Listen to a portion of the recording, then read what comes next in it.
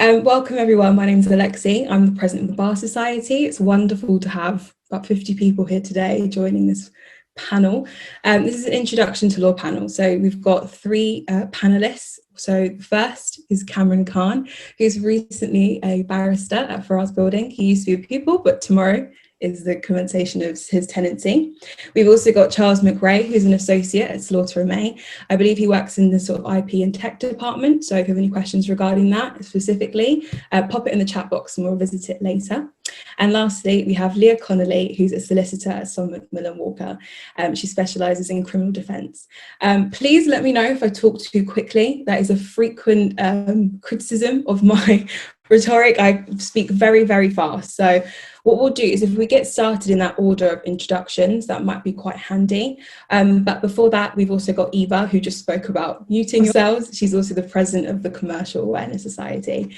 We're really excited to bring this collaboration today. And if you have any questions, pop them in the chat box. And if you've got any questions after the panel, send it to one of our emails and I can get back to you about that.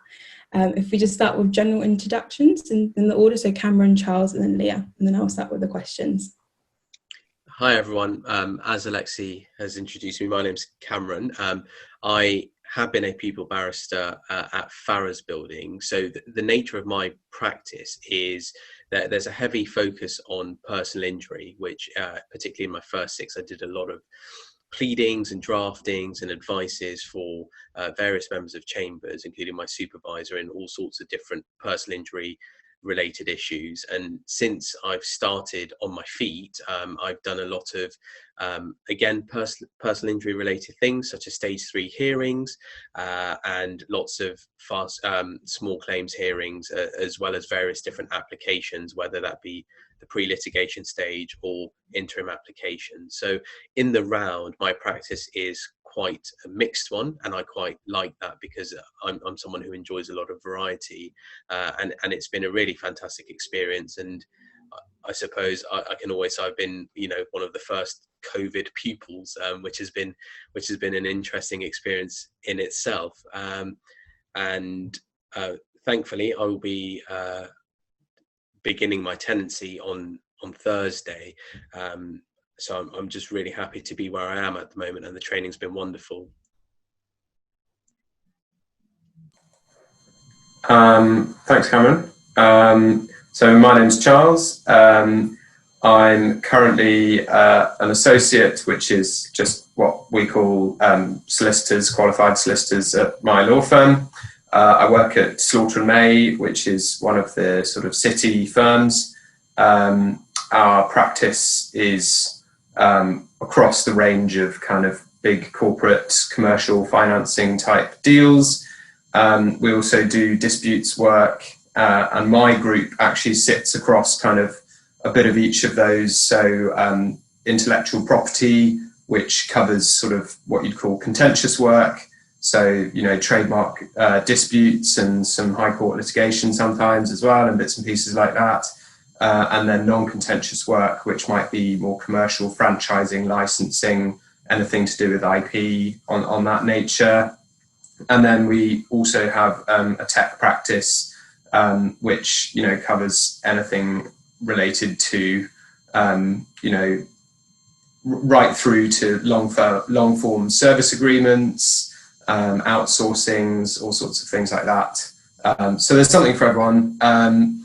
I suppose the way, and forgive me if this is very obvious, but the way I got there was doing a training contract. So as part of that, the law firm will put you through your, certainly your LPC, which Cameron would have done a BPTC to become a barrister. And one of the advantages, as I saw it, was that, I got some funding towards doing that. So that's very helpful. And then they give you a job as a trainee for 2 years. And you'll sit through a number of different departments in the law firm, and generally you'll do a mix of contentious and non-contentious work. So you get a good spread, and then the idea is you obviously choose a department that you want to qualify back to, and hopefully they like you enough to want you back and they've got space for you. And so I qualified about 1.5 years ago.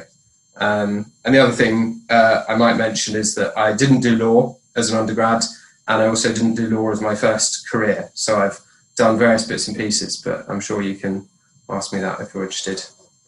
I'll stop now. Thank you, Charles. As Alexi said, my name's Leah Connolly. I'm a criminal defence solicitor with Somerset Mill and Walker. We are a criminal defence firm that deals with both private and publicly funded work. I have been working in criminal defence for the past 12 years, and I qualified as a solicitor 8 years ago. My practice is predominantly publicly funded or legally aided work. I am the youth justice lead for Somerset Mill and Walker. My passion is representing young people. I am determined for young people that are entering the criminal justice system to know their rights.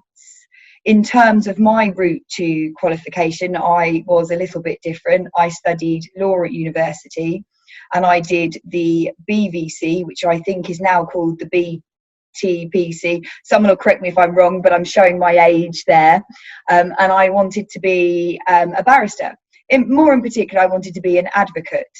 Unfortunately, as Cameron will tell you, one of the biggest tools of your trade is drafting. And I may have messed up my drafting exam and I had to resit it. During the resit, I got some work experience with a criminal defence firm, and one of the lawyers was a solicitor advocate. And when working with him, I began to realise that I could do a lot of the client-facing work, which I really enjoyed, and also advocate for my clients at court as and when I wanted to do so.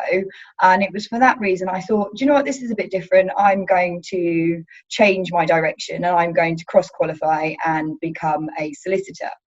In order to do that, I only required 2 years' worth of experience within any area of law. One had to be non-contentious.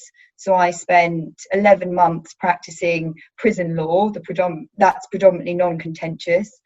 Once I'd done my 2 years, I was signed off. And the only difference, or major difference in terms of qualifying and what you needed to do for the QLTT, as it was then, the Qualified Lawyers Transfer Test. Again, I think it's got a new acronym now, guys, so apologies if I'm a little bit out of date, was the professional conduct and the solicitor's accounts. So once I'd done that, I could apply to the Law Society to become a solicitor. And lo and behold, this time 8 years ago, they were willing to accept me, and here I am. Thank you. Wonderful. Thank you so much, guys. So let's start with our first question. I think this is probably one of the most important questions that we could possibly ask. So whoever would like to nominate themselves, answer it, please do. So what is the difference between a solicitor and a barrister? And to take it further, what's the difference between those two and a solicitor advocate? I'm happy to take that question, if everyone's okay with that. So I think the broad distinction effectively is you obviously have to look at solicitors and barristers as offering two separate functions within our legal system. I'd say the English legal system is quite unique compared to, say, the American one and loads of other jurisdictions. If you look at a case, if somebody has an issue, the first port of call is that they will go to a solicitor detailing their problems. And what a solicitor does is prepare the case from the ground up. And that includes all the paperwork, all the correspondence, all the possible witness statements, and anything that the solicitor believes to be relevant to the case. If at that point the solicitor is of the view, or the client wishes to take this further, and they think that this is likely to go to court, then it's likely that that is the point where a barrister will step in, and the solicitor, on behalf of the client, will instruct the barrister to take this matter into the courtroom setting. And the barrister's main function is effectively being in court and advancing the case that has already been prepared by the solicitor through the client's instructions. That's a very general overview of the two different roles. So the solicitors would be more office-based, providing much more client interaction and face-to-face interaction in that sense, and then the barrister will do the advocacy in the court. I mean, there are other overlaps between the two professions. So, for example, if the solicitor has been building a case and they want an additional opinion or an advice or an extra insight, they might instruct a barrister to write write a document detailing their views on the particular case. So that's the general distinction. The solicitor is office-based and deals with predominantly the client and their issues, and then if you need to take it to court, that's when the barrister steps in. So that would be that. I'm not sure if you guys have anything to add on that point. Yeah, I think everything Cameron said is bang on. I suppose one of the things to add, probably from my perspective, is actually a high percentage of the work that my firm doesn't really ever touch a barrister. With absolutely no disrespect to the fantastic work they do, it's generally, it's not always relevant. So it will very much depend on the area of law, and obviously with Cameron and Leah, a lot of what they're doing will be already kind of in a sort of a process. You're down a road that's more likely to end up in court. For instance, a lot of what my firm might get involved with might be mergers and acquisitions. So company A wants to buy company B. In that context, really, the solicitors will sort of be the deal drivers. They'll be drafting the contracts and making sure legal due diligence is good and that kind of thing. And you might go to a barrister for an expert opinion. So in some ways, one way that a barrister in that context, it's almost like the academic, the professor, the sort of real expert on a very niche point whose expertise there is in giving a very considered and informed opinion on a specific area of law. And they'll often write kind of a 10-page opinion that's very well researched and so on. So that's just something else to add. And I think it's also really interesting what Leah talked about, having gone from the barrister route to the solicitor route. It's also worth noting that people do go from the solicitor route to the barrister route as well, and I'm happy to talk a bit more about that in future. But I don't know if Leah had anything to add further on the question. I do. I'm going to throw a slight curveball in that in criminal settings, solicitors do have the right of audience in the magistrates or the youth court. So as a solicitor, we can go and represent our clients at the youth court or the magistrates court. Criminal barristers have higher rights of audience for the Crown Court. So they would represent at the Crown Court, but they can also represent at the Magistrates Court. So whilst Cameron is right, the solicitor is the litigator and we do prepare the case, we do have the opportunity to undertake the advocacy in the lower courts. If we were to go to the Crown Court and to become an advocate, there is a further exam for us to take. We have to obtain our higher rights. So that's our right of audience to address the judges at the Crown Court and the Court of Appeal. So what started off, as Cameron rightly identified, as two really separate professions are slowly merging, and we can sort of slightly overlap. But predominantly, the solicitor is the litigator. We take the case from a criminal perspective. This is from the police station. We will represent the client there. We can then go to the youth court or the magistrates court. If the matter was going to trial, I often think that barristers are in court day in, day out. They are the best people for trial advocacy, and I would instruct a barrister. If it was at the Crown Court, again, that's where they are in a league of their own, and I would never dream to say that I would be as good as any of them, and that's what they do, and that's where they would take the advocacy over. But the solicitor is predominantly a litigator, and the barrister is your advocate. But we do get the opportunity to do some advocacy. I do represent young people at the youth court. When it goes to the Crown Court, I would instruct a barrister, or if it's particularly difficult, complex, I know my limitations, and there are barristers that specialise in certain areas for certain reasons, and that's why you call on them for their expertise, like Charles was saying that he would do for opinions. We would call on them both for written opinions and their oral advocacy skills. And just to add to that last point, I did actually recently take the similar qualification that Leah's mentioning, which gives me higher rights in a civil law context. But I've not been on my feet at all. It would be insane for a client of my firm to pay my hourly rate for me to be on my feet when a barrister would do it 10 times as well for half as much. So there are opportunities for that sort of I'm talking now in a sort of city law firm type context, but if you're wanting to be on your feet a lot, I think I wouldn't go for a city law firm. And just one thing to add on to that, Charles. I mean, in terms of from a barrister's perspective, in terms of how a barrister's practice operates, of course, it's not going to be that every single barrister is in court every single day. As Leah will probably know from her experience, criminal barristers, yes, they are likely to be in court 5 times a day. But on the opposite end of the scale, if you are looking at corporate, commercial, chancery type work, the type of work that Charles is in, barristers in that area of law, will be lucky if they're going to court once or twice a month, really, and that's just because of the way that the work is. It's much more paper based, and it's a lot more about the kind of drafting and the written advocacy, and then of course at the other end, the criminal stuff, you're in day out. I suppose my practice going forward will be a bit more of a mix. So I'm what you would call a typical mixed common law barrister, where you have some days in court, some days where you do paperwork, and it's about finding the balance that you think will be suited to you. Of course, criminal law, it always seems really quite intriguing to be in court day in, day out, but I can assure you that that is an exhausting task in and of itself. So it really depends on your own temperament and what you want from your career and practice. Thank you.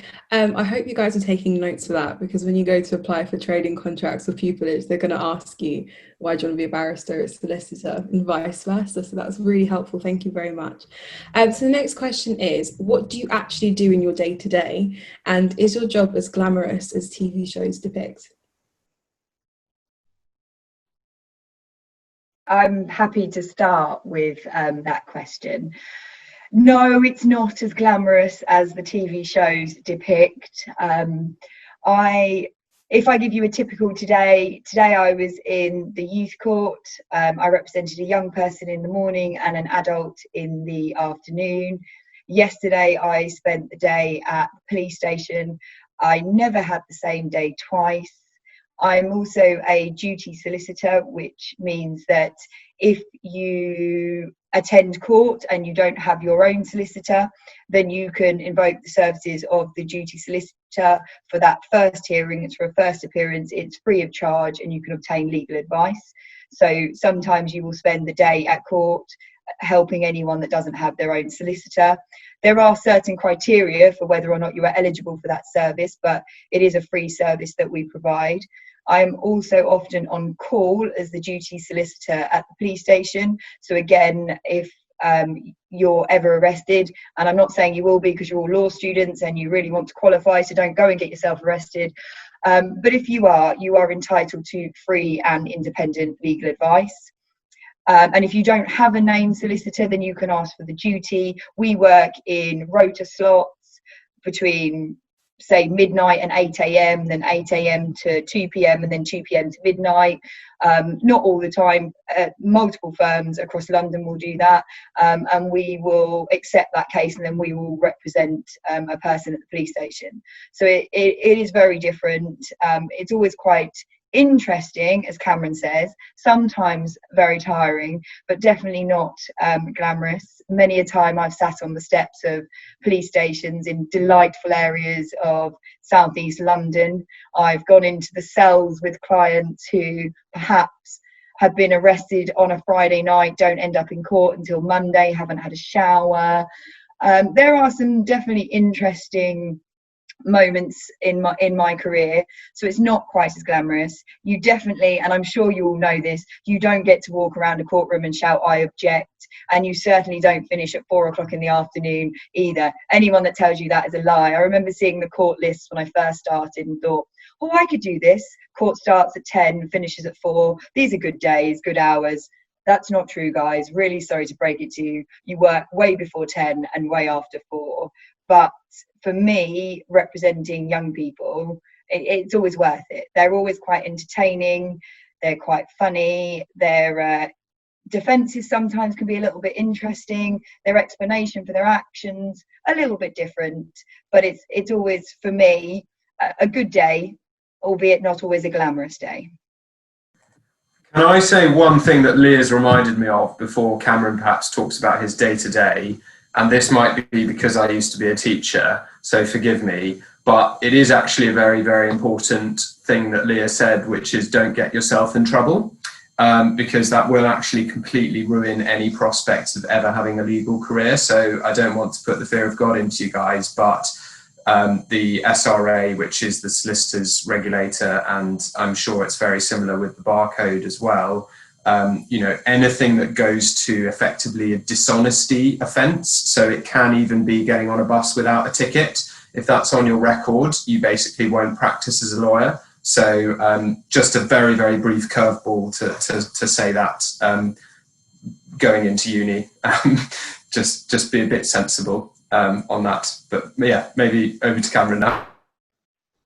Thanks, Charles. And probably just to echo that, especially now, given the stringent coronavirus restrictions in place, please don't do anything to contravene those rules, because as has already been mentioned, any whiff of criminality, and that's the prospects of your career gone before you've progressed into year 2. So don't do that. In terms of how my day typically is, I have to echo what Leah says. Despite courts being open on the face of it between 10 o'clock and 4 o'clock, you are working around the clock. So what often happens with me in my experience is that, say I have a trial the next day, I won't get the papers until about 5:30 or 6 o'clock in the evening the night before, in which case you then have to do all of your prep from then till however long it takes you, and then you're up in the morning trying to figure out which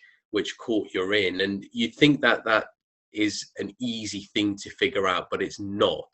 So often what happens is you might have one notice of hearing which says that, and this is an issue I've got for tomorrow, that says your trial is supposed to take place in Basildon, and you think, okay, great, I'll plan how to get to Basildon.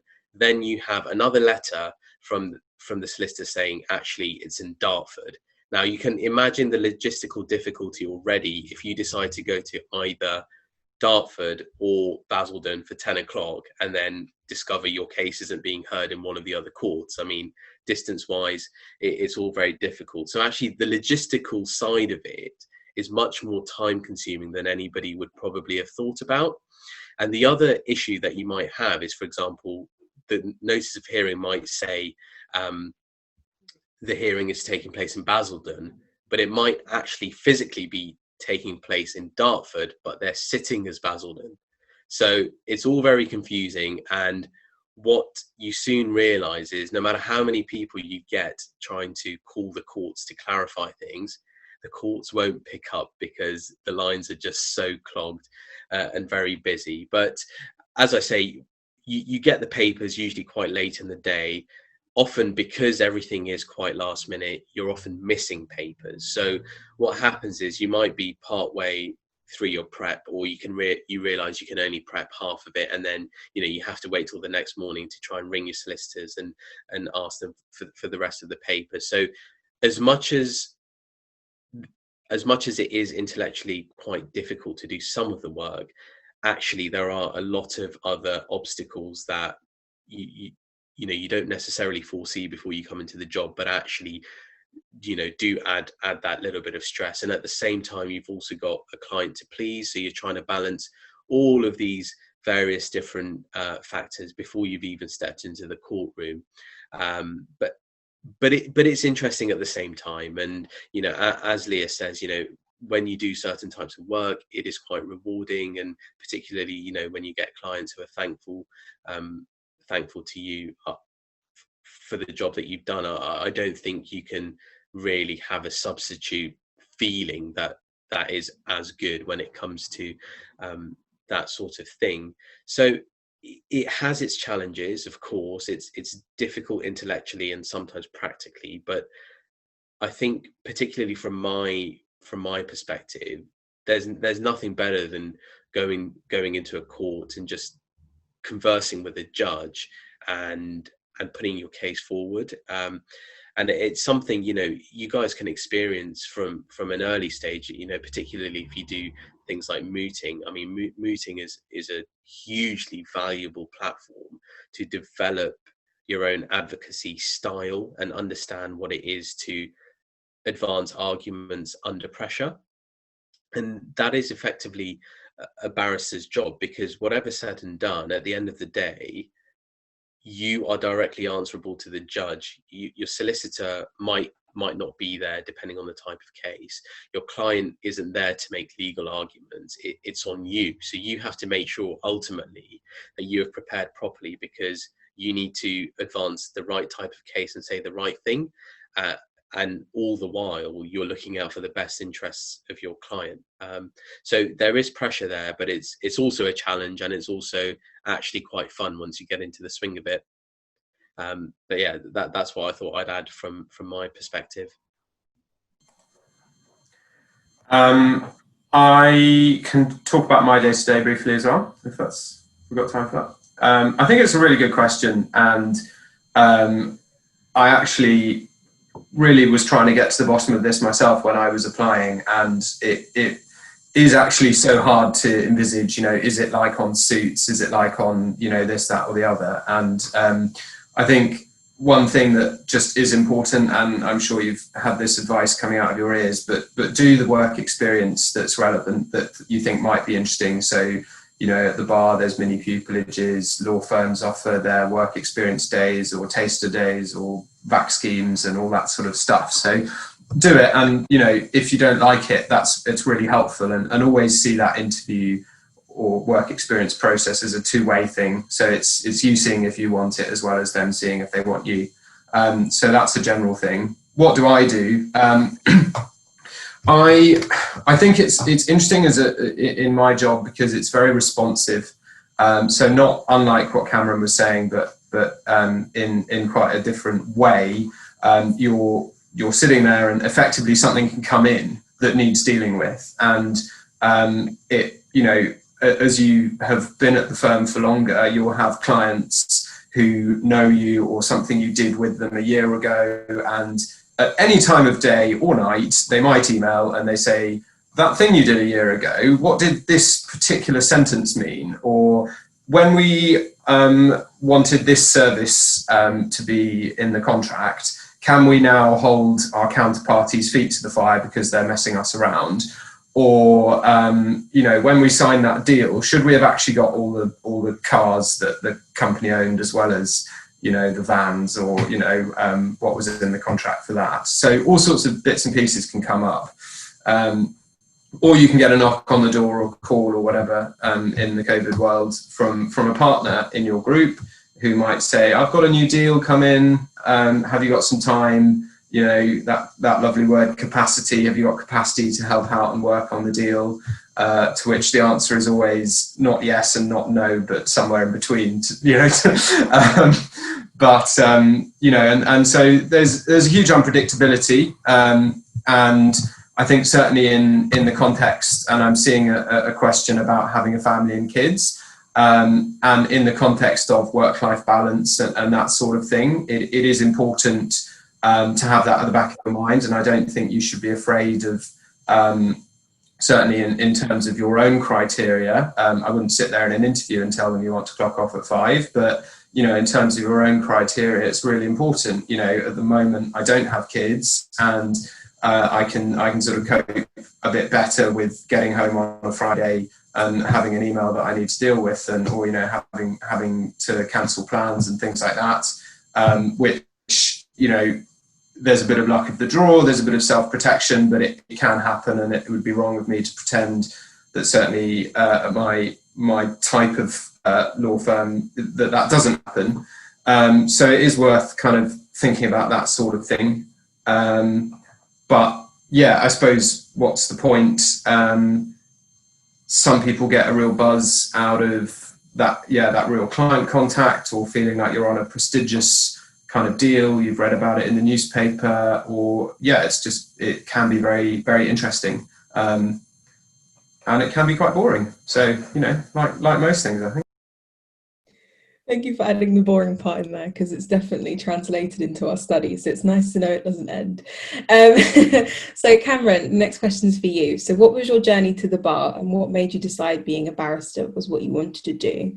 There's also a sub-question. So did paralegaling in a Magic Circle firm support your journey, and why did you choose not to stay with Linklaters? Okay, I think I think it was your second question, which I'll take first. Actually, I'll kind of just deal with it all the way. But the primary reason for me wanting to go to the bar, and I think I discovered this from a young age, was that the idea of oral advocacy appealed to me. And it was a very kind of general sort of idea I had about it. I didn't really know the specifics, but I was aware that mostly barristers go to court and they argue cases. So for me, and kind of knowing my personality when growing up, I always quite liked positions of sort of leadership, or positions that had responsibility attached, going through school and so on. So for me, that outweighed all of the other criteria. I absolutely love client contact. I really do quite like when, before going into trials, you have a con with your client, and you talk to them, you reassure them, you try to understand things from their perspective. But ultimately, it was the idea of going into court and advancing a case, which is what appealed to me most.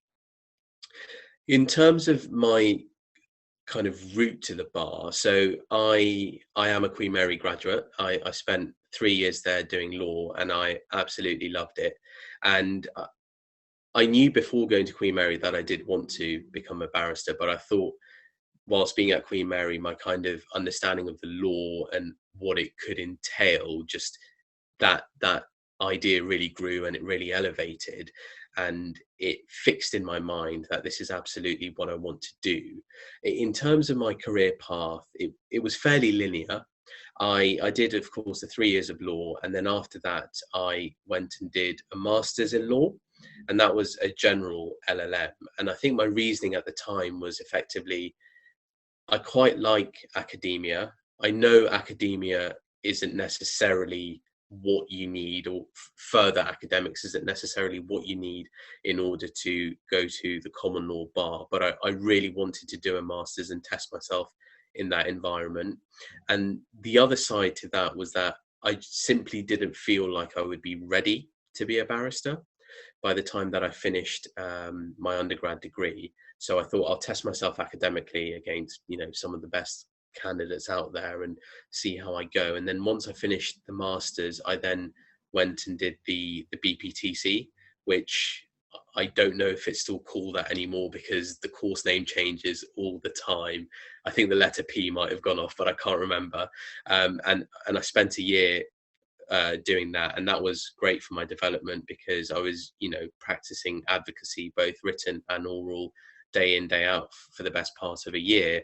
And in that year I applied for pupillage, and that was the second time I had applied for pupillage, and I was able to get an offer, which was great. And it kind of just went from there. So in order to answer your question about Linklaters, I didn't work at Linklaters with a view to either trying to become a solicitor or trying to become a barrister. It was more something that I got after the event, because I knew that I had an offer of pupillage, but I wanted to use that year productively to do some sort of work. And I suppose the only focus that I did place was that I did want to work in a firm of solicitors, which I know doesn't necessarily translate with me wanting to be a barrister, but I absolutely love the camaraderie of a workplace setting. It's brilliant. I did lots of overtime there, often leaving the office at 12, 1 o'clock, but it was at the same time, and I'm sure Charles has had evenings like this in a more sort of corporate setting, it can be really intense, but actually when everyone doubles down and they know they're part of the same goal, it's a really kind of exhilarating experience being in that team setting.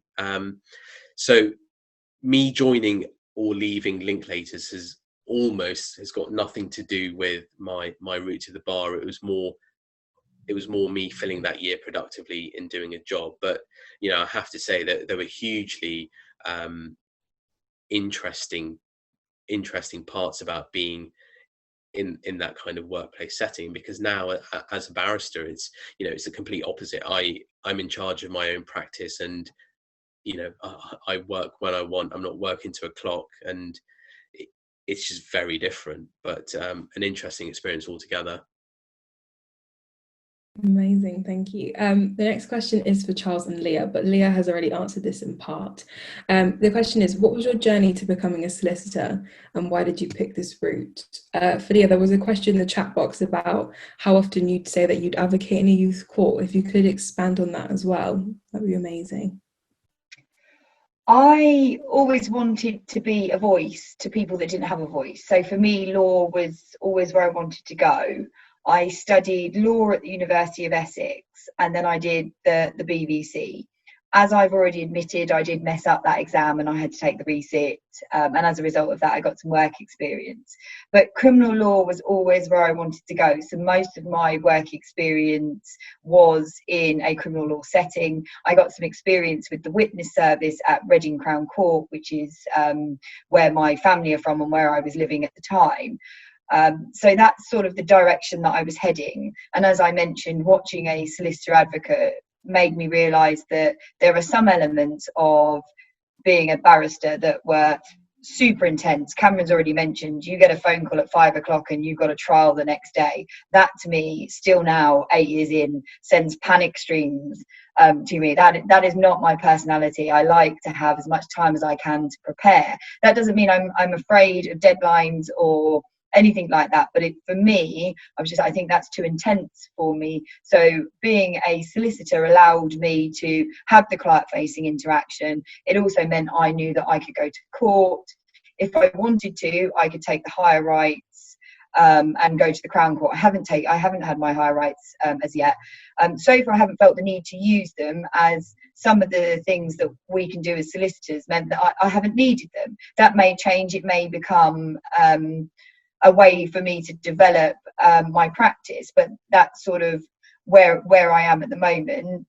And then as we qualified, you obtain your police station accreditation, which allows you to go and represent people at the police station. And then when you qualify, for me, and this is I sort of fell into publicly funded work, you can then apply to become a duty solicitor, and I sort of explained that a little bit earlier on what that is. So I took that qualification in relation to that. In terms of advocacy, for me, I can be at court 4 or 5 times a week. It really does depend. Last week I think I was at court 3 times, so Monday, Friday and Thursday. Yeah, so 3 times last week. This week I was in court yesterday morning. I was in court today. I'm in court on Thursday. So it really does vary. It's for the youth court. I'm currently on a panel. I've co-founded an organisation called the Youth Practitioners Association, and what we are working towards, probably a little bit too much information, but is ensuring that those that represent young people within the criminal justice system undertake specialist training, because representing young people, it's their futures, it's really important. But often many criminal solicitors and criminal barristers will cut their teeth in the youth court, and we are in the process of trying to change that to make sure that people aren't experimenting on the futures of young people. And I don't mean that in any disrespectful way, but because the lower courts are poorly funded from a publicly funded issue, it often means that many younger and inexperienced advocates are sent to the lower court.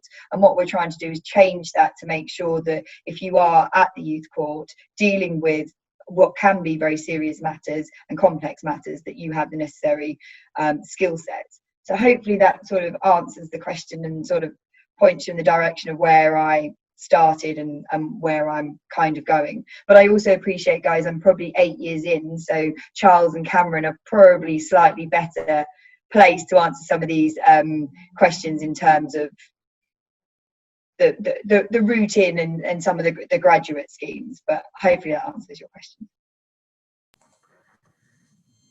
Yeah, so my route was, as I said, I didn't study law.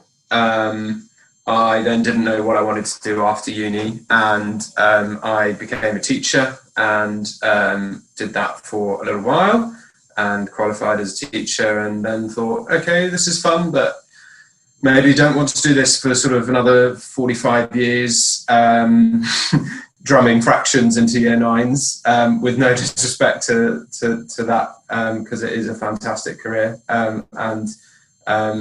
Actually, one of the interesting crossovers is the being on your feet. And actually, probably at the back of my mind had always been law, but it had probably always been going to the bar rather than being a solicitor. But possibly touching here on a question about being a mature applicant and what you do in sort of terms of balancing your life commitments and so on. Looking around, for me, I was looking at going to the bar, and it's really important. I don't think we mentioned this, but barristers are self-employed, whereas solicitors are employed by a law firm. So in connection with that, law firms generally will offer what's called a training contract that I think I mentioned earlier, where they'll pay your fees for your qualifications and they'll give you some money. It's not a huge amount of money, although in terms of widening access, there's a move to try and increase that amount so that people really can rely on that. But in turn, looking at that, coming out of a career and having sort of some commitments already at that point, it felt to me like a slightly safer route to go down the law firm and the training contract route. As a gloss to that, and having mentioned that I had always been interested in becoming a barrister, there is also the opportunity, although not formally, people do it, and a number of colleagues from my firm have recently done that in the past 2 or 3 years, transferred across from being a solicitor to a barrister, and certainly the higher rights qualification that I took pretty much gets you most of the way there. So if that were to be something I wanted to do in future, it's certainly possible. Full disclosure, I didn't think I would be at my firm as long as I have been. I think I was concerned about the very sort of corporate mentality, and what I perceived the work would be like, and the culture. So why did I do it? Yeah, good question. But certainly in department that I've ended up in, I had a really good time there as a trainee, and they really liked me, and it was just a good fit in terms of kind of personalities and the work as well. So yeah, I've certainly stayed longer than I expected to, yeah, opportunities in future, as I've mentioned. The other last thing I will say on this is that opportunities for a solicitor are also to go what's called in-house. So you're then legal counsel at a particular company or organisation. So you're the lawyer for John Lewis or whatever it might be. So that's just a different route. Fantastic. Nice question. What's your favourite thing about your profession and the area of law you practice in? For me, my favourite thing about the bar is that despite being self-employed and it being perceived to be quite an individualistic profession, it's actually one of the best kind of professions I've seen in terms of camaraderie. So no matter what the situation, if you've come across a case where there's an issue you haven't experienced before, or a point of law that you're stuck on, there will always be somebody you can bounce that idea off with. And that's always deeply reassuring to know, because sometimes you can be working into the late hours just trying to figure something out, and it's just been confusing the life out of you for ages, but there's always someone on hand if you reach out to help you with that particular thing. So despite being very independent and on its own, the support network at the bar is actually something that's really impressive. Alexi, I forgot what the second question was. I'm really sorry. And the area of law. What's your favourite thing about the area of law you practice in? I think my favourite thing about the area of law that I practice in, of course, mine is quite mixed. But if I focus on the personal injury side of things, for anybody to suffer a personal injury where they could potentially be disadvantaged on the job market, or they've suffered an amputation or whatever it might be, this is absolutely life-changing for them. So being able to get those types of clients a result, and of course nothing can ever replace potentially not being able to have the job of your dreams, or being able to regain function in a particular limb or something, but the next best way to kind of compensate for that would at least to be getting them their financial reward, or for the value of their injury. That's always really actually quite reassuring, and I think one of the nicest parts about the profession is that you can give something back to them. So I think that's always quite nice, just getting a good result for people who through no fault of their own have really hurt themselves.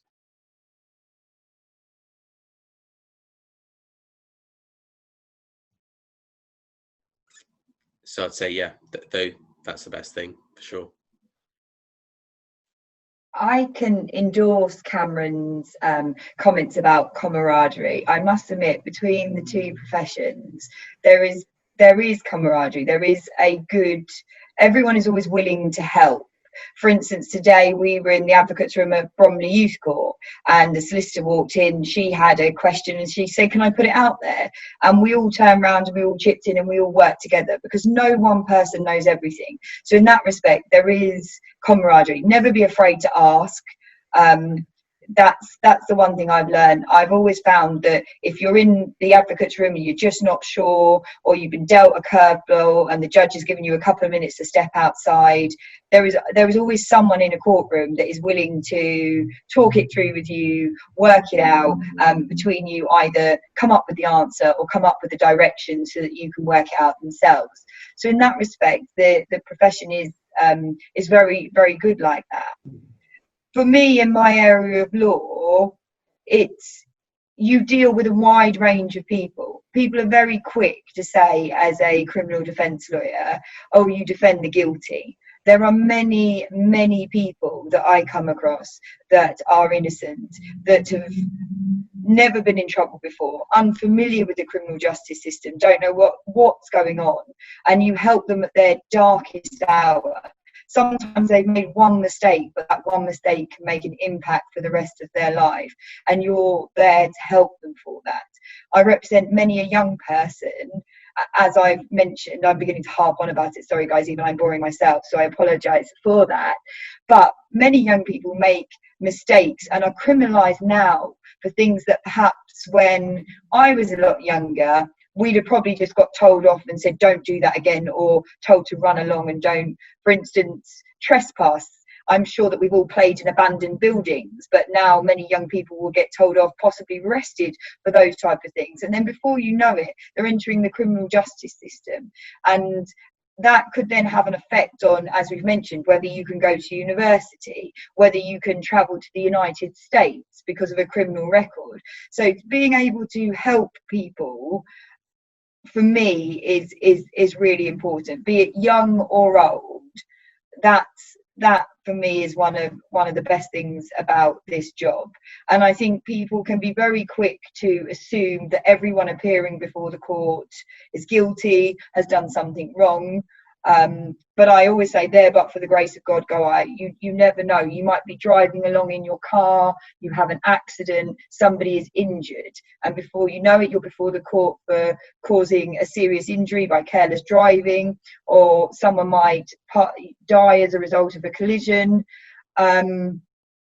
And there you are again, you're before the court for something that you would never have dreamed of, never set out to do, and you're relying on a criminal defence solicitor to guide you through that. And yes, we do represent many a guilty person, but we we are an adversarial system. Everyone is there to do their job. The prosecutor, the defence advocate, the judge, the jury, and we're there to make sure the process is as fair for the complainants and the victims of crime as we are for the alleged perpetrators of crime and the innocent people, to make sure they get a fair trial. So for me, that's what makes my job so interesting.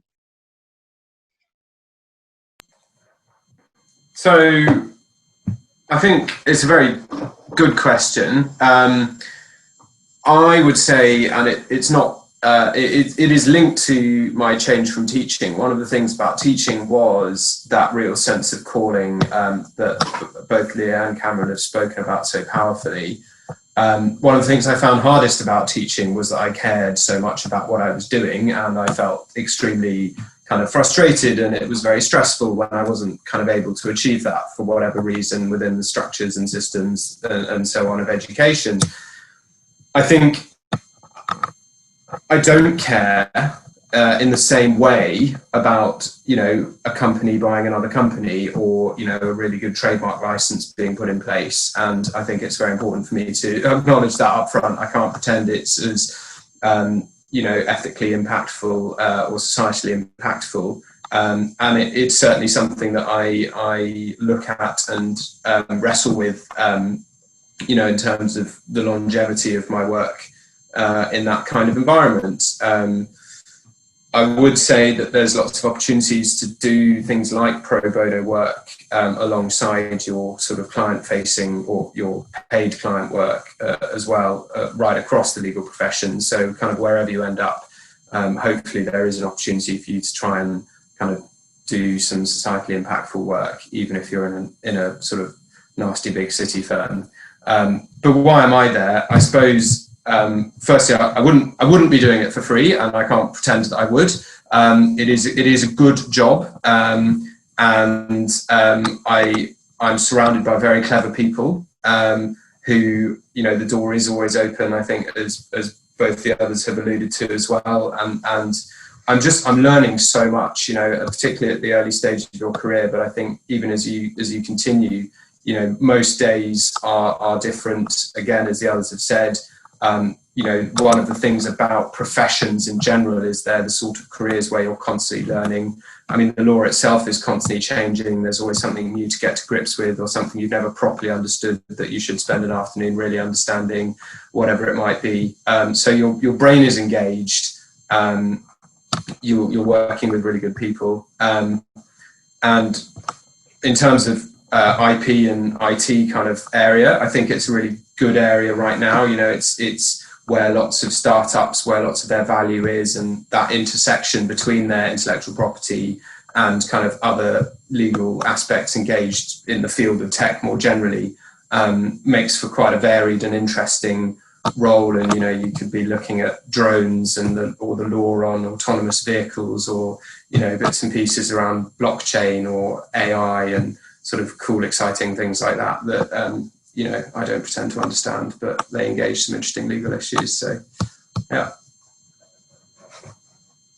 That was fantastic. Thank you, guys. The next question is, what advice do you have for those just starting out?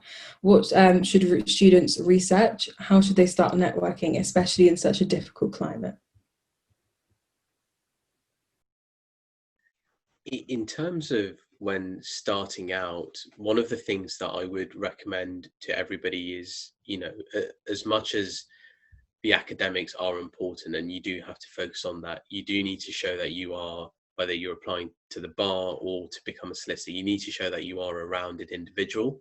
And when I say that, you know, have your interests, you know, showcase your personality. So do whatever makes you happy in that sense. But certainly, whilst you have the time, particularly as undergraduates, do work experience where you can. Now, if you want to be a barrister, you know, still apply for a vacation scheme, see what it's like. You know, that experience in itself might reaffirm to you, okay, I definitely want to become a barrister, or actually, you know, maybe this is quite appealing, and vice versa. Apply for many pupilages, because at the end of the day, whatever work experience you do, you'll be able to ascertain transferable skills. And ultimately, given that these are all potentially work experience in the legal field, the skills are always going to be relevant.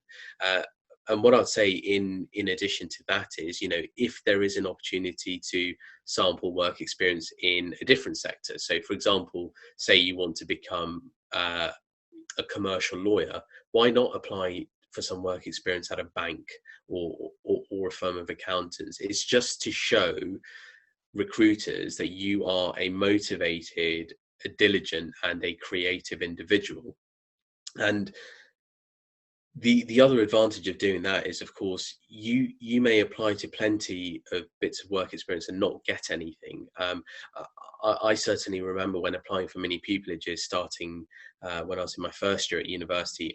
In my first year, I think I applied for about 20 mini pupilages and I received 0 offers. So you need to kind of spread your risk and apply to various different places just to make sure you can get something, because you can guarantee that all of the people that you're competing with for these jobs, those people will be applying for various different things as well. And as well as focusing on applying for work experience, make sure you go to networking events, because there's nothing better than listening to people's first-hand experiences, because they are speaking to you from a position where they are inside the industry and they know how it works, and they can give you little tidbits that you can use in applications and so on. And ultimately, you never know who you meet at these networking events, because as I mentioned, for example, I couldn't get a mini pupillage for love or money. It was impossible for me to get one, and by luck I was at a networking event and I spoke to a barrister, and we were just talking about various different things, and I wasn't expecting anything from the conversation, but at the end of it he said, well, why don't you come spend a week with me at my chambers and see what it's like. So put yourself in positions where you can always learn something or gain something. It might not always happen, but there's a good chance that it might. So that's what I'll say for now. I'm sure Charles and Leah have lots of other really useful things to add as well.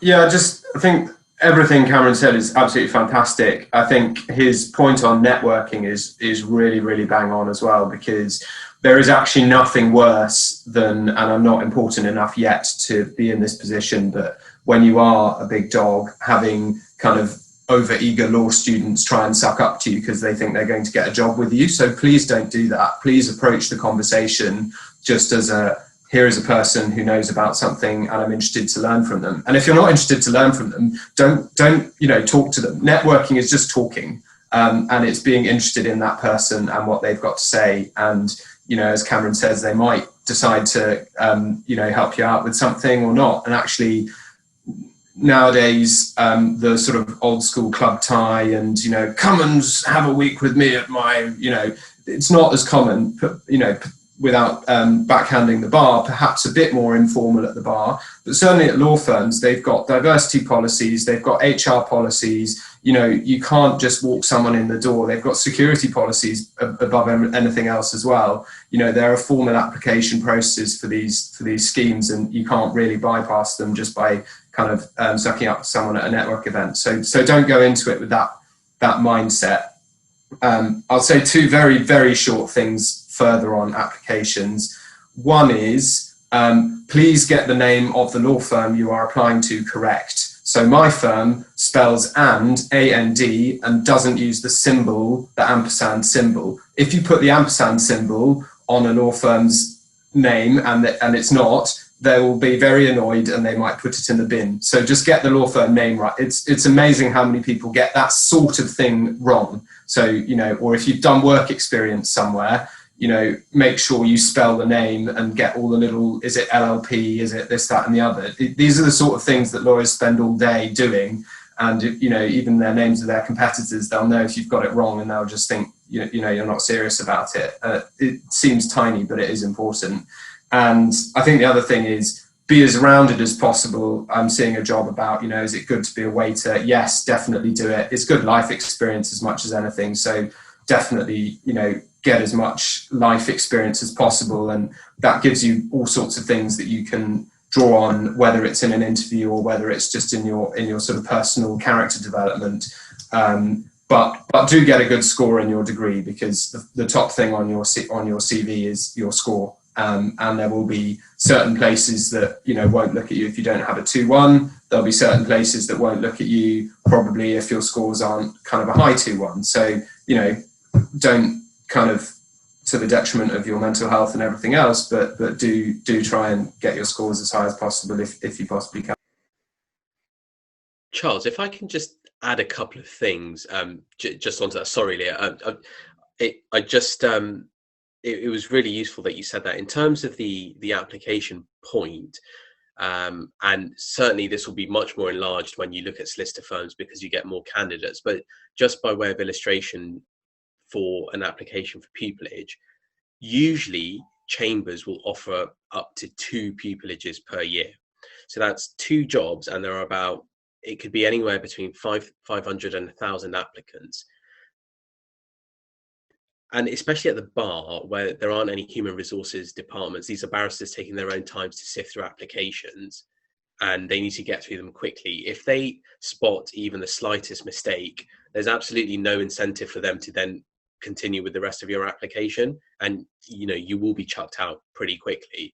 So the attention to detail is really important, and particularly when it comes to names, whether that's the name of a company, a chambers, or a person, it's usually seen as, you know, quite a disrespectful thing if you haven't got the name right, and it just shows a lack of attention to detail. So it's vitally important that your applications are precise and accurate. And in terms of having other jobs outside of legal work experience, absolutely. For example, if we use the waiter example, well, that you know, there are so many transferable skills there. You're showing presumably commitment to be doing that job alongside your studies. You're showing that you're hardworking. You're showing that you are able to do a job which is client facing, and that you can interact with people well. There are so many transferable skills. So whatever work it is that you have done or are looking to do, there will always be a way to tailor it to your applications, because jobs at the end of the day have far more in common than you might think when you just look at it from the outset. So those are the 2 things that I would say in relation to that. I can only endorse now. Cameron's absolutely right. It's the attention to detail on an application form. I can't tell you how many colleagues, supervisors of mine have said they've got the names wrong, they've spelt something wrong, and that's it, you're out. There are so many candidates that you want to make. You are going up against people that you'll all be very similar, so you don't want to lose out based on the fact that you can't spell check or you haven't proofread your application. And in terms of transferable skills, I waitressed and did bar work throughout all of my studies, the BBC. I did that, and I agree, they are transferable. They are client facing. It enables you to work on your interpersonal skills, your ability to cope well under pressure. I'm sure we've all been there when someone has been complaining about something and you have to remain calm. There'll be many a time in your job where someone will be sitting there complaining. You might not necessarily agree, but you've got to sit there, listen to what they're saying, process it, and then respond. But you can't lose your temper by doing so. So again, it shows you're hardworking, shows you're putting the effort, shows you're dedicated. You are working outside of, you know, the legal profession. I also think it makes you, as Charles and Cameron said, rounded people. People don't necessarily want on paper the best lawyer in the world. You've got plenty of time to become the best lawyer in the world. It may well be when you're sitting there in an interview. I've had friends who've gone for a pupillage interview and they've said one of the questions was, tell me a funny story about yourself, not a legal one. And if you dared to start with a legal argument, he was like, no, sorry, not interested in that one, move on. And I mean, imagine that you're there and you're prepared, and then someone wants a funny story, and then you're trying to work out what's funny for an interview and what's funny for your friends. But I mean, again, that's a judgment, and I'll leave that up to you guys. But again, be rounded. At the bottom of my CV when I first started, I love baking, But I used to call myself the undomesticated goddess. If you see my kitchen after I baked, you will begin to wonder whether I actually can bake. But when you taste the product, it survives. So that for me was always you want to be a person first. And especially in my role, I have to show to people that I'm representing that I am a human, that I do understand. I need to come, sometimes you need to come down to a level, sometimes you need to come up to a level. And I think that jobs outside the legal profession will give you the opportunities to do that and mix with a variety of people and people from all different aspects of life. And the more experience you can gain from life generally can only make you a more rounded person, and in terms a more rounded professional. It's amazing. You've hit the nail on the head there. And yes, when you network, please don't ask for a mini pupillage or vaccine on the spot. I can guarantee they're going to walk away from you. We have a networking panel coming up where we'll discuss the do's and don'ts of networking. So the next question, I think, is for Cameron. What other work experience opportunities, aside from mini pupillages, did you embark on or would you recommend to do whilst at uni to prepare for a career as a barrister? So there are obviously some of the other things that I alluded to, in terms of apply for work experience with law firms, as well as many pupillages. You get a glimpse into the different kind of lifestyles. If we delve into that slightly deeper, whether it's a mini pupillage or a VAC scheme or just an informal work experience opportunity with a law firm, check out different practice areas, because even within that there will be so much variety in what you can see, and ultimately what you might like. I've done a mini pupillage where I was in court for the entire week. It was a criminal one, and that was a fantastic experience. And then I had another mini pupillage where I was in chambers all week, but I saw lots of different types of work. So don't spread yourself thin. Try, even if ultimately when it comes to your application you don't list every single one of those bits of work experience, do it for yourself, because you need to be as informed as possible for when it comes to the stage of applying, that you know what it is that you want. And the other advantage of doing lots of different bits of work experience is that on one application you might talk about the last 3 bits of work experience you did, but on another application you might leave those out altogether and choose to rely on something else. So it gives you that, from a tactical point of view, it gives you the flexibility in your application writing to tailor your apps as much as possible.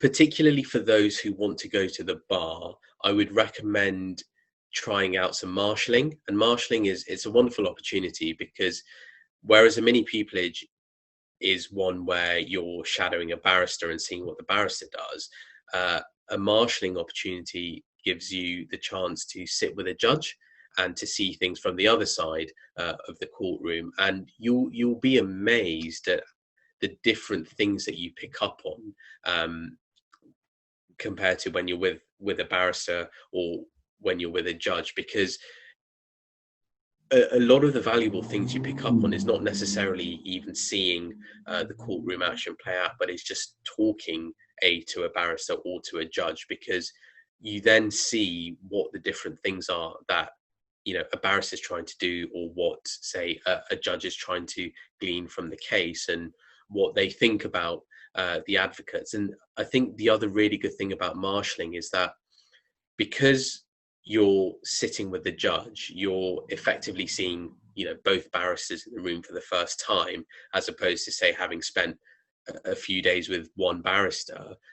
You're much more detached, and you can actually see the different styles of advocacy for yourself, evaluate them, see what you like, see what you don't like, and also see what the judge thinks was good and what the judge thinks was bad. So I would definitely recommend some marshalling.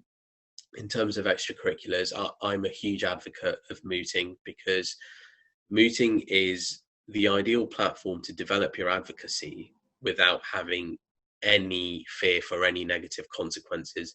The worst thing that can happen to you in a moot is that you lose, but at the end of the day, no one's being locked up, no one's having to pay a fine, there's none of those consequences. And you'll also see what other advocates are like, and you'll pick up on what you like and what you don't, and it's a chance to develop your own skill and style. So those are the things that I would recommend. Fantastic, thank you. For Charles and Leah, what is your best advice vacation schemes and training contract applications? Also, if you could provide a brief description of what they are and what they involve as well.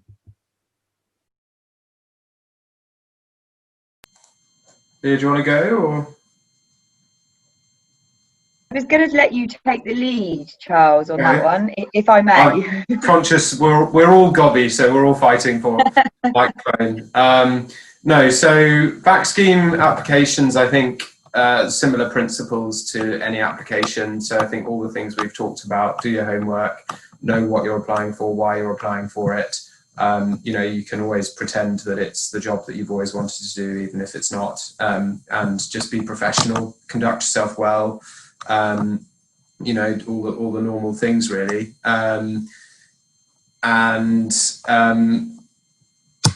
What? Sorry, I've completely forgotten the other part of the question. It was, what do you do on a back scheme? Was it, or? So what they are and what you do. I forgot to ask Yeah. what are mini pupilages as well. I forgot to include that in the I mean, question. they're all really just forms of work experience, and I think you know, you could ask 100 people who've done them, and they'll all differ, even in the same organisation.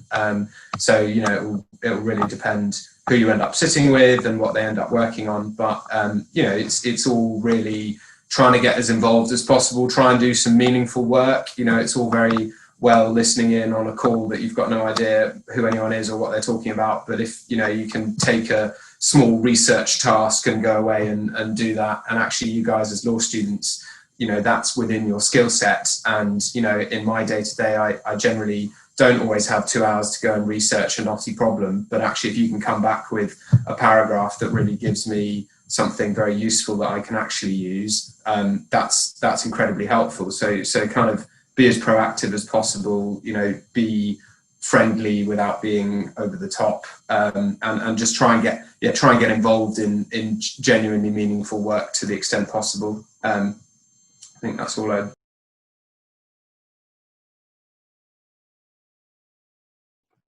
I think from a publicly funded and slightly less commercial firm, ours isn't, there aren't such obvious schemes, but I always think it doesn't hurt to ask. Send a speculative letter, show that you've done your research on the firm, why you might be interested in working or having some experience for them, because remember, you're asking them to open their doors, open their practices and come and have a look. So there's got to be an element of you showing an interest as to why.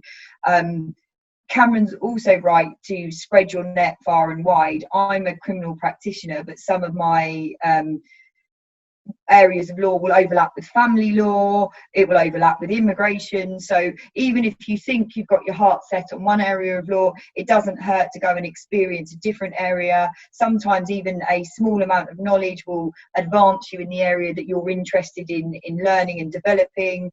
I for one, often find I need a lot of knowledge about care proceedings, so that's from a family element, so that's really useful for me to have that knowledge. And if I could go back and have my time again, I might do some more work in family law, not necessarily to qualify as a lawyer in it, but it helps support my applications. It also makes some of my oral advocacy submissions a lot better. So in that respect, spread it far and wide. You can also go, perhaps not quite in COVID times, you might not want to venture out at the moment, but if you are interested in criminal law, and that's my bag, so I'm going to talk about that, you can attend the magistrates court, you can sit at the back of the public gallery, you can watch the advocates in action, you can see what's going on, you can see whether that would be something that's of interest to you. I got told when I was at bar school to case, which was copy and steal everything. So if you watch advocacy and you think that's a good way of explaining something, then I'm going to take that. Obviously there are copyright, and I don't want to get in trouble with the IP lawyers or anything, so don't tell me off, Charles, but there are elements of that where you can go and watch how a person deals with something, take away some of their skills and think, I could adopt that in my practice or my learning. Or you could sit there and go, oh, I really don't want to be like that lawyer, I don't want to be aggressive, or I don't want to do that, or that's not how you do it, or that is how you do it. And also you might find that by watching some of the lawyers in court, you might get a feel for the type of work they do. Then you might not necessarily be able to approach them, but you might find out their firm. If you find out their firm, then you've got a slightly novel way of making an application, saying I saw them in court. Anything to make yourself look a little bit different. But it has been a long time since I've done the back scheme. I, as I said, did the witness service. That was a little bit different. It gave me the other side of the coin. That was quite interesting, and I really enjoyed that. So again, the Citizens Advice Bureau is probably still around. It's quite difficult at the moment in COVID times. I'm just watching a question there. Sorry, let me just have a look at that, because you've asked about criminal law firms. I'll make a very short point while you read the question, which is just bring a notebook with you. And even, as Leah's saying, sitting at the back of a courtroom, you look serious, you know, and there's nothing worse, you know, if I'm trying to brief somebody on a task who's doing work experience and they just turn up sort of empty-handed, and it's like, well, how are you going to remember, you know, my 5-minute briefing and all the information I'm giving you? You know, everyone's clever, but no one's that clever, you know, so look serious, and a notebook's a really easy way of doing that.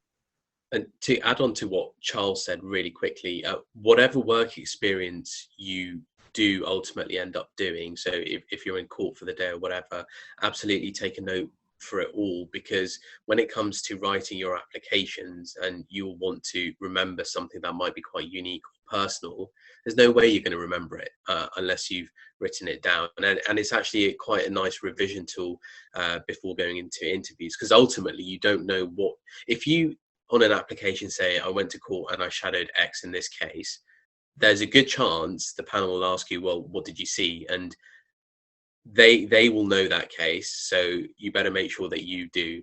So do take a note, just for your own learning, really, more than anything.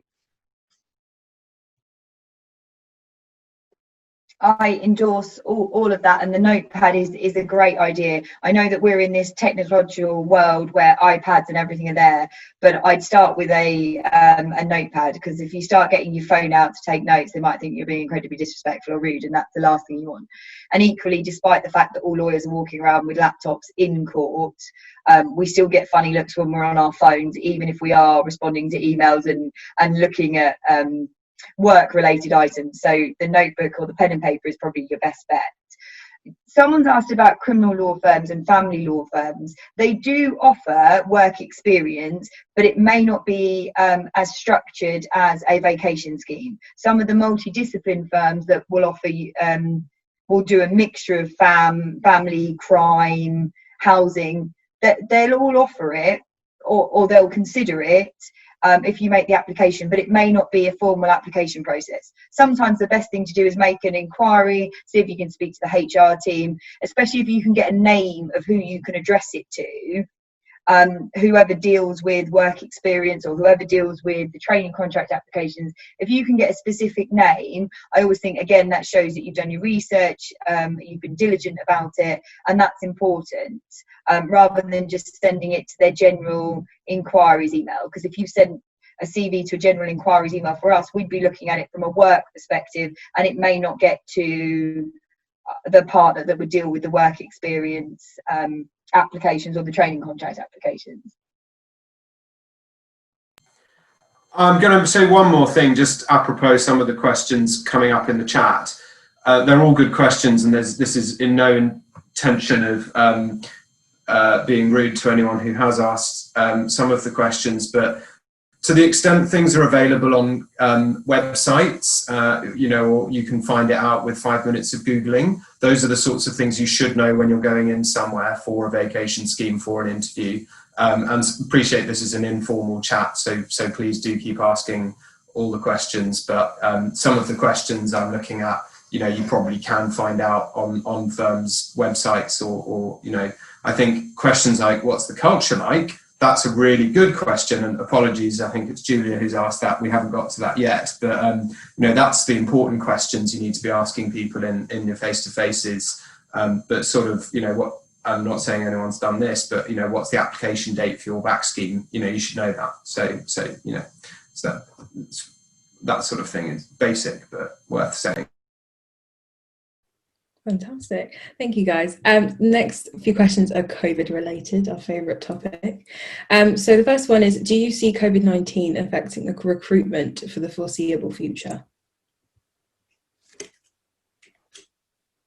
In order to answer that question, I think you have to separate it in relation to practice area. So I think Leah will probably be better placed to answer this. I'm sure with respect to firms that do a lot of legally aided work, that there might be some further difficulties. I'm not entirely sure, but it is very much dependent on the practice area. So by way of comfort for those who are looking to apply, my chambers recently selected 2 pupils who are starting next week, and they've also recruited for next year as well. So in that sense, despite COVID being there, if you're recruiting pupils for the current year and the year in advance, there's good confidence that things are okay.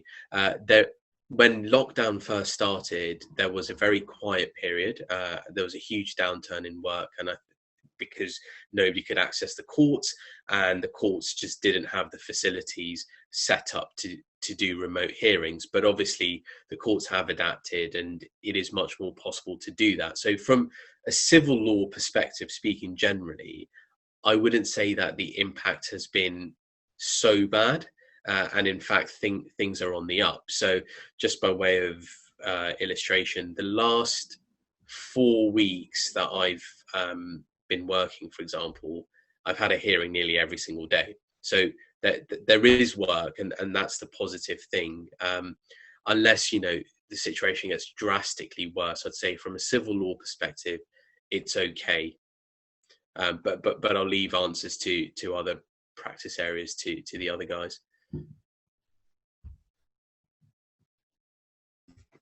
Criminal law will be slightly different. That is correct. I know that publicly funded work, there is a backlog in Crown Court cases, as I'm sure you're all aware. The government has had it in the news that it's all because of COVID that we've got a backlog. But there was 39,000 cases in the backlog before COVID, and now we're at 41. So we can't all blame COVID. The government needs to invest in the criminal justice system. But I will not get on my soapbox tonight to explain that to you. But there are some difficulties in that respect. But equally, all of these cases need to be heard. So whilst there is a backlog and there is a delay, at some point the cases need to be heard, and we will need the barristers and we will need the solicitors on these cases. So whilst I think it might be a difficult couple of months, maybe a difficult year, I'm hopeful that we will slowly start to see a return to normal. The difficulty for many that started their criminal pupillage in March was when we were locked down, they didn't have the opportunity to shadow barristers. They spend, and Cameron will correct me if I'm wrong, but you spend the first 6 months with a pupil supervisor, and you're shadowing their work, you're getting experience of their areas of work, you're following those around.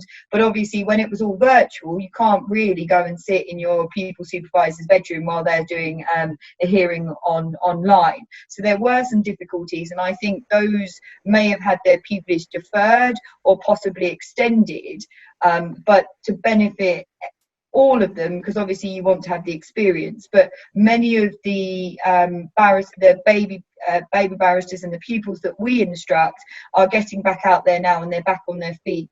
So I think it is moving. It has been slow. I do know that there are law firms looking for duty solicitors.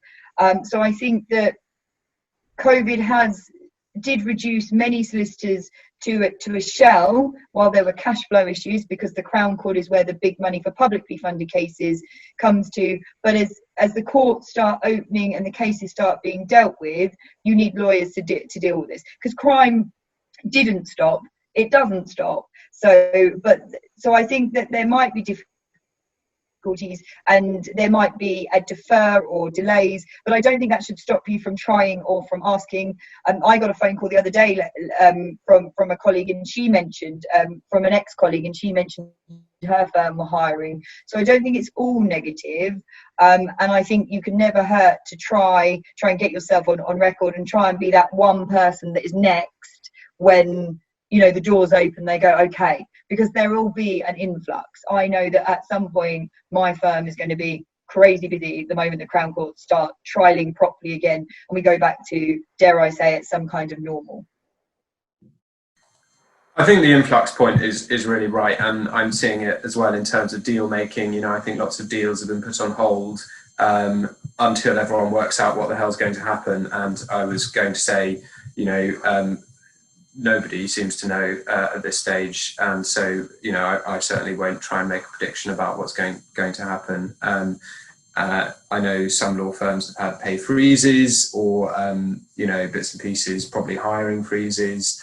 But again, hopefully, you know, they're keeping their websites as up to date as possible. I know we've run some virtual work experience schemes and things like that. So I think there's still a view to the long term, and, you know, they're still recognising that people are where their key talent and so on is, and it is important to hire the right people, even if sort of some work is quieter for some period. But yeah, I mean, it's all pretty unprecedented, and you know, looking at you guys as undergrads, I feel desperately sorry for you, you know, going through your uni experience with this. So, you know, it's not particularly fun for anyone, but I do sympathise with you guys. Great, so we've got a final question now. So if you have any more questions that weren't answered, just pop them in the chat, and then our panelists could read them through. If they're specific, just pop their name first and then add your question. They can answer it because they can see it as well. So the final question is, how has COVID-19 affected your practice and area of law? COVID-19, when, you know, lockdown first started, so I was in a weird position where I was just transitioning from my first six to my second six. So come the 1st of April, I was expecting to be in court all over the country, and being in court 5 days a week. And obviously at the start of lockdown, that just didn't happen. There was a good 3 weeks, I'd say, where every single case that I had just dropped out of my diary. And that was, I mean, I was lucky in that in my pupillage year, I'm protected by guaranteed earnings. So even if I don't make the money through cases, my chambers collectively will top me up. But of course, for loads of people who are truly self-employed in that state, you know, that was of huge concern. But slowly things did get better. And I have to say the courts, I mean, courts and backlogs are going to be a running theme for the remainder of time. That's just how it is. There are so many claims being brought, not enough judges, not enough funding in the system. So there will always be work for people that are looking to enter the profession. And I have to say, you know, once we got through April, the courts did get their act together. They did invest in Zoom, Skype, Teams, BT conference apps in order to get the hearings on the whole. And at my level, I do a lot of small claims hearings. So in a civil context, the value of the cases aren't so high, and the courts effectively took a view that these cases can be suitably heard remotely, whether that be via video or audio only. So I was able to develop my own advocacy and just get on with it. And I suppose in a weird way, given that at some point the court system was going to have to develop in terms of providing more remote services, COVID or not, what this period has actually done has actually allowed me to develop my advocacy ability remotely, particularly over telephone. And it's hugely underestimated, but when you're doing a hearing over the phone where you can't see anybody, it's very hard to pick up on the visual cues that would have been there otherwise.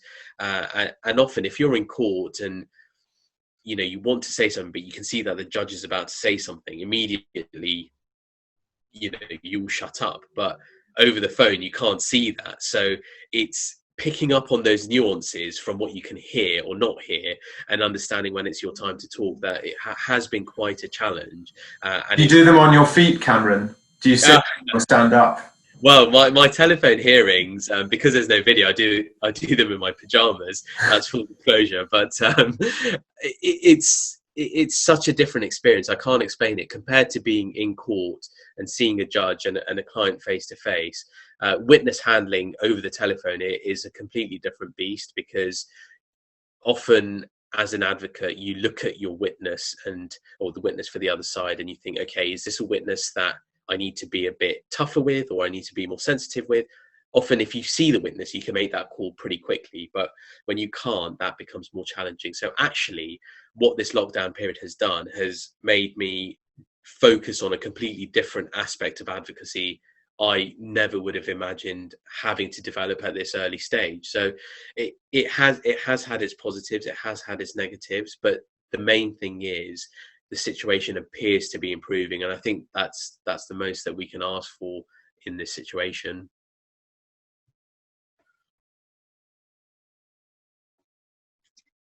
From a criminal perspective, I think Cameron's right. We did adopt the IT. We were on Teams. We are no longer attending at the moment, we're not attending the police station, so it's all being done remotely.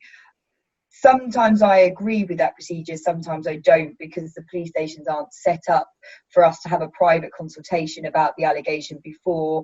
Often the police officer is holding a mobile phone to the client and you're trying to have a conversation. Did you do it? Didn't you do it? So in that respect, it has been very difficult to advise your clients. We're not allowed at the moment into prisons for any visits. All visits are being done by video link, but you can only imagine how many people are currently in prison awaiting a visit from their lawyers, and people are booking visits that are not being granted until November. Now that is very, very worrying and very, very difficult for those that are in custody.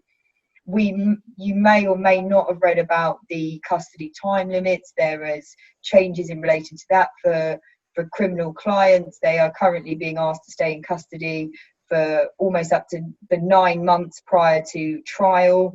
Very worrying if that person is then later found not guilty, because there is no recourse for being in custody for that long. They're not entitled to any compensation. Law firms were furloughing staff. I spent a period of time on furlough because there wasn't a cash flow. So in that respect, COVID has affected my role. But I find Cameron's answer about the nuances of advocacy very, very interesting, and I think that's a great learning curve, and I think that's a great skill to have learned.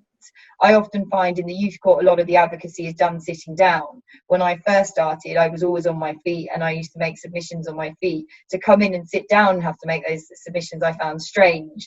So again, there are all different ways of learning to make advocacy. Even I had colleagues that were like, I needed to put on a suit to do a virtual hearing. I needed to do it because I needed to be on work mode to remind myself of who I am and to be taken seriously. Many were enjoying the slightly more casual approach to the online hearing. So there's been a real difference, and there are difficulties. There will always be a backlog, and COVID has added to that, but what it's also done is highlighted and brought it to the forefront of what we hope is the government's minds, in the hope that they will work towards streamlining the process. Cameron's not wrong. The criminal justice system needs to be brought online in a practical way. For short hearings, they should be done on Microsoft Teams. There's no need for barristers to end up in Basildon and then be asked to go to Dartford, as was the example earlier on today, in order to do two matters. And I know Cameron's touched upon it, and I won't seek to repeat the point, but the self-employed bar really struggled because for 3 months there wasn't much work out there. Solicitors were struggling solicitors firms were struggling from a money point of view, so they were keeping a lot of their advocacy in-house, and it meant the criminal bar were very, very concerned, still are very concerned, that many of them had big 6-week murder cases, aggravated burglary trials. everywhere that have literally now been put on hold, and that was the money that they were going to use for the next 6 months of their life, and now they don't have it. And when it's relisted and it's given a new date, they're not even guaranteed or thought about from the date perspective. So there have been some real difficulties, but we are slowly but surely moving, and hopefully in the right direction. And hopefully, as Cameron says, we can take the good points of COVID and what we've learned from an advocacy perspective, how technology can make life easier, and we can take those positives and iron out some of the issues with the criminal, well, from my perspective, the criminal justice system. I'll try and be brief, conscious of time, but yeah, I mean, COVID has changed everything. I think one thing in going to the sort of law firm culture that it has really changed is a big emphasis on mental health, and our mental health committee, wellbeing committee, has been extremely prominent. Communications have been amplified by senior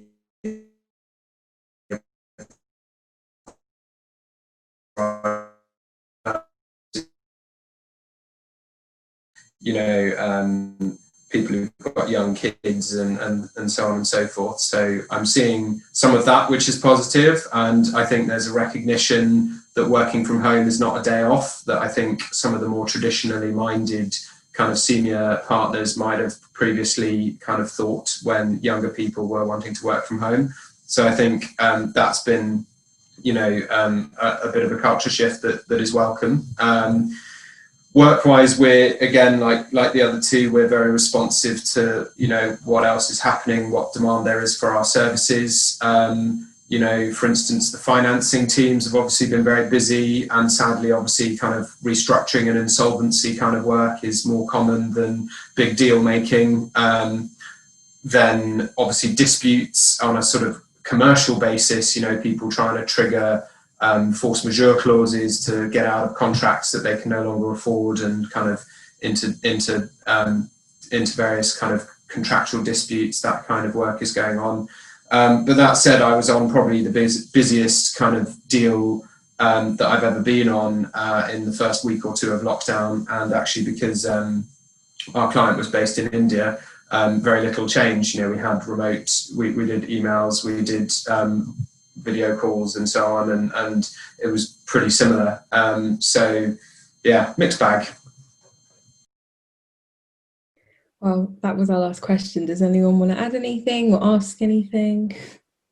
Alexi, if you don't mind, there's a question there from Srishti that I'll answer in terms of what work a second year law student can do to gain experience, which isn't academic, for an aspiring barrister. So some of the things that I've already mentioned, I would strongly recommend you look at. So look to apply for mini pupilages, look for any kind of legal work experience, try to apply for some marshalling.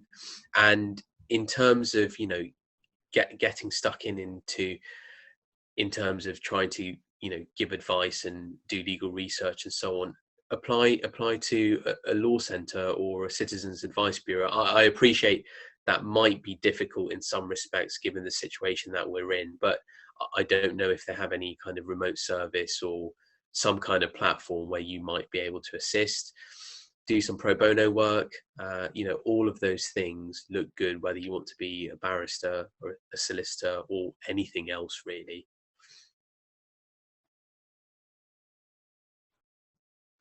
That's great. Also, on our newsletter that Asterapy manages, we also upload our virtual mini pupilages that are available to apply for. So if you really are interested, we've got a lot of stuff coming out. Does anyone have any more questions or anything anyone else like to add before we conclude? No? Okay, well, I'll say thank you so much to Cameron, Leah and Charles. It's a wonderful evening. I can tell that everyone enjoyed it. I've got loads of texts from my committee being like, oh my gosh, these people are amazing. So thank you so much for taking time out of your evening. I'm pretty sure that we couldn't even afford a minute of your billable hours. So we're very, very grateful for this. What I'll let you do is everyone just hop out when would you like to do so. If you have any questions, let me know. We've also got our What is a Mini Pupilage? /pupilage panel coming up on Thursday, if you're interested in that. So that's the next event. Alexi, can I add one more thing before we close? Yeah, definitely. Yeah, Barfire applications are still open for all the second year, first year, and third year students. Please do apply. The first place gets a mini pupillage as their prize, so that's pretty great.